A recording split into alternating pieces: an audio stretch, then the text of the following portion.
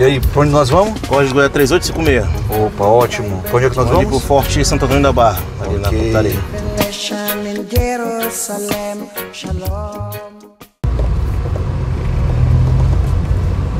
Tudo tranquilo, doutor? Tudo tranquilo, graças a Deus. Vi que você estava parado ali naquela casa ali. Eu conheço bastante história. Assim, a gente ouve falar, né? Ouvi dizer que era uma daquelas casas da dona Ana Jance, né? Contou muita história. Ali, aquele prédio era assim. Você é entusiasta, né? Você gosta de história, né? Essas coisas, né? Aqui a gente acaba conversando com muita gente, pega muito turista. E aqui no centro de São Luís as pessoas acabam com comentários, perguntas. Acaba que imagino bem. Sou curioso também. Imagino. A Ana Jance tem que ser até para poder, né, prestar um serviço de forma mais completa, né? Passar algum tipo de informação, alguma coisa assim. Você conhece alguma história? Assim, tem a lenda, né? Entre muitas lendas que tem aqui na cidade, né? Da Ana Jance. Mas é mais uma daquelas lendas urbanas que a hora algumas pessoas utilizavam para criar aquela atmosfera de temor, né? Para quem andava nas ruas do centro da cidade, né? Ela vinha com aquela carruagem com um cavalo no lugar da cabeça era fogo, né? Uma espécie de fogo, né? Uma chama de fogo. Um escravo também, que também tinha, né, essa chama de fogo no lugar da cabeça. Mas era mais uma daquelas lendas que eu particularmente acredito que era mais para reforçar mesmo a figura dela, né? O senhor é historiador, alguma coisa assim, não? Eu sou turismólogo, então eu passei um tempo da minha vida assim, trabalhando na Central de Informações Turísticas. E a gente, né, tinha que cumprir o papel, passar algumas informações, né, sobre características da cidade. Aí, entre elas, falar sobre algumas lendas, né? Provavelmente você já deve ter escutado bastante lenda dela aí, né? Já. Explicando, a que mais se destaca é essa mesmo, né? A mais que se destaca é essa da carruagem da Ana Jance nas ruas das cidades, aqui na Rua de São Pantaleão e tudo mais, para assustar algum desavisado que estivesse por lá. Diziam que ela descia muito na Rua do Sol e na Rua da Paz ali. Escutavam-se bastante. Rua do Sol, Rua da Paz, Rua de São Pantaleão, Rua Cândido Ribeiro, as ruas mais antigas. Mas assim, eu acho que tem um certo contexto, né, para chegar até essa lenda em si. Assim, essas lendas normalmente elas são passadas, né, através da oralidade, né? Aí, como eu acredito que era uma daquelas lendas que se destacavam a figura dela mesmo, porque ela era uma mulher, se tornou uma mulher poderosa, né? Economicamente, politicamente, ela tinha uma certa influência, né? Sim. E ela tinha, por herança do marido dela, né? Tinha marido muito rico. Muito rico, né? Acho que era o Isidoro Pereira. Então ela acabou, né, sendo a grande, né, administradora de todo esse negócio, plantação de algodão, de cana-de-açúcar, e tinha muitos escravos, mas muitos escravos mesmo. E reza a lenda que ela era uma pessoa bem rígida, né, firme, de pulso forte. Ela teve um certo aceno político aqui na cidade. Eu acredito que reza a lenda também de que ela não tratava muito bem seus escravos, né? Então eu acredito que na famosa boca miúda entre os escravos, os bastidores ali, né? Eu acho que muitos deles, né, deveriam, né, ter lançado palavras de maldição sobre ela, falavam mal dela. Eu acho que isso aí é o combustível para de repente, né, surgirem algumas lendas, tantas, né? Lendas em nome dela, né? Em nome dela. Pode ser que talvez essa situação toda desse contexto de ela ter sido muito perversa, né? Porque as lendas contam que ela era...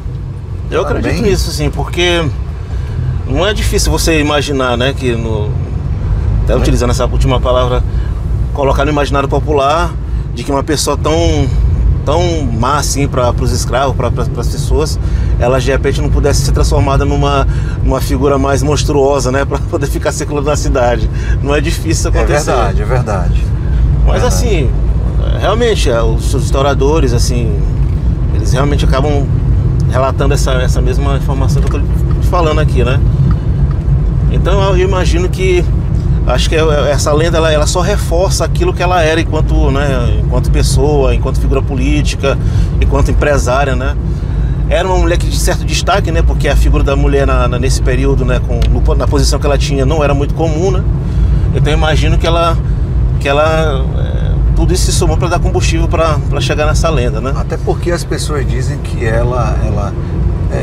a história dela em comum, né?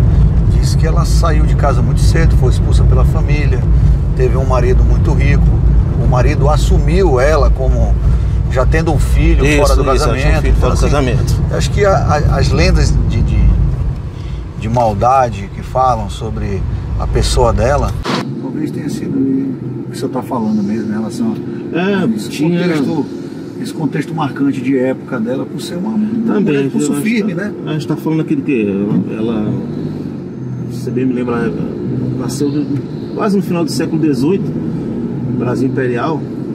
Então a figura da mulher que de repente tivesse um filho e não fosse casada, né, era muito mal falada, né? Então não era difícil ela ter sido expulsa, como realmente ela foi desgarrada da família. Aí, de certa forma, ela encontrou a sorte grande, né? De ter uma pessoa que de alguma forma também a aceitou com o filho que ela tinha, né? Se não me engano, ela teve mais 6 filhos com ele, 6 filhos com Isidoro. Também reza a lenda, né, assim, sobre a personalidade dela, de que alguns, né, citaram que ela mesmo mandou matar ele, né? Mas isso ainda não tem, pelo menos no meu conhecimento, não tem muitas comprovações sobre isso. Mas no geral, como eu havia dito, essa questão da lenda dela se baseia muito na conduta dela, na personalidade, na persona dela, de como ela tratava as coisas, como ela se posicionava nos negócios. Então não é difícil algumas pessoas criaram certos conflitos. Quando eu era criança, a gente escutava os mais velhos, os avós, contar exatamente essa história de que na madrugada escutava.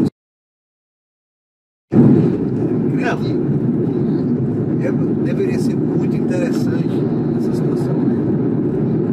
Também não acho difícil ter utilizado essa lenda para, como eu havia dito, né, colocar medo em crianças e alguns avisados que tivesse um transeunte aí pela rua.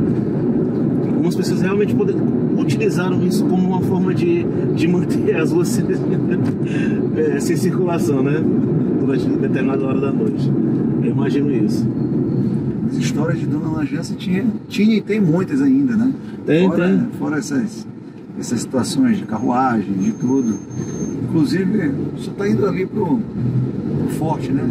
No forte. Outro local bem histórico da cidade. Histórias impressionantes.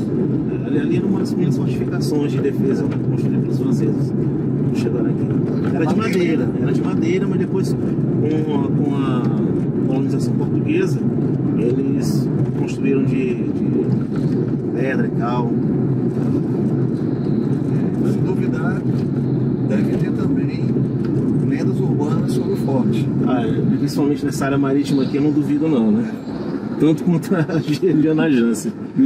Com certeza. As pessoas falam muito também do patrimônio dela, né? Que ela tinha realmente muitas casas, né? Que ela adquiriu também por conta do casamento, né? Com o Coronel Isidoro, né? Inclusive, uma dessas lendas aí, temos a daqui, a nova da Lagoa da Jância, que é a da serpente, que também é uma lenda urbana, que trata que a serpente está adormecida. A lenda da serpente está adormecida, com a cabeça lá na igreja do Carmo. Aliás, a igreja do Carmo na fonte do Ribeirão. Isso. E uma parte do corpo dela também está ali na igreja do Carmo, também no centro da cidade.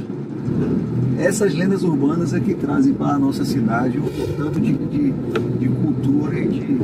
elas acabam reforçando o folclore maranhense, né? Tem muitas outras aí, por exemplo, a gente está no período, encerra no período junino, aí a gente tem as figuras como o Casumbá, aí vocês têm a lenda do Romeu Boi, né? E tem mais. Fora as outras particularidades que tem nos interiores da cidade, né? E aqui a gente está falando da capital, né? São lendas folclóricas que representam a capital, mas representam o estado como um todo, mas também tem essas particularidades no interior da cidade, né? Essas lendas urbanas que a gente ouve falar até nos dias de hoje. Não tanto na capital, mas Mãe d'Água, Bobeira, que a gente, na minha profissão aqui, a gente conhece pessoas, conhece histórias, conhece lendas, né? A gente vai aprimorando cada vez mais. A gente vai se enriquecendo culturalmente, a gente vai ampliando mais o nosso conhecimento sobre a cidade, vai conhecendo mais pessoas, vai conhecendo mais o perfil da cidade através das pessoas, dessas conversas. Interessante, interessante. Quando a gente pega passageiros com um certo conhecimento, com certa cultura, com bastante conhecimento para agregar, até porque a gente carrega muitos turistas, e aí acaba que esse conhecimento que o senhor passou agora, eu levo para outras pessoas que vêm para o nosso estado e que acabam não conhecendo e sai daqui com uma bagagem boa, não só com paisagens e praias. Isso é muito bom, porque você amplia todo o fluxo turístico, né, da cidade. Quanto mais pessoas estiverem conversando, falando sobre aquilo que convém às particularidades culturais da cidade, é muito bom turisticamente falando. É uma forma de ampliar o que a gente chama em turismo de conhecimento de pertença, né? Esse conhecimento autóctone, de como realmente a cidade, com a sua sociedade, ela se formou, como é que ela se edificou culturalmente, não só em termos de edificações, mas também em termos de cultura, né? Que é isso que identifica uma cidade, né? Aqui, né, no Forte? Aqui mesmo no Forte, certo? Vou fazer um trabalho por aqui. Foi um prazer. Só tenho a agradecer a viagem aí, que Deus abençoe. Eu te agradeço, viu? E você faz um bom trabalho turístico, viu? Obrigado. Obrigado. Tamo junto. Tamo aí. Até logo. Obrigado.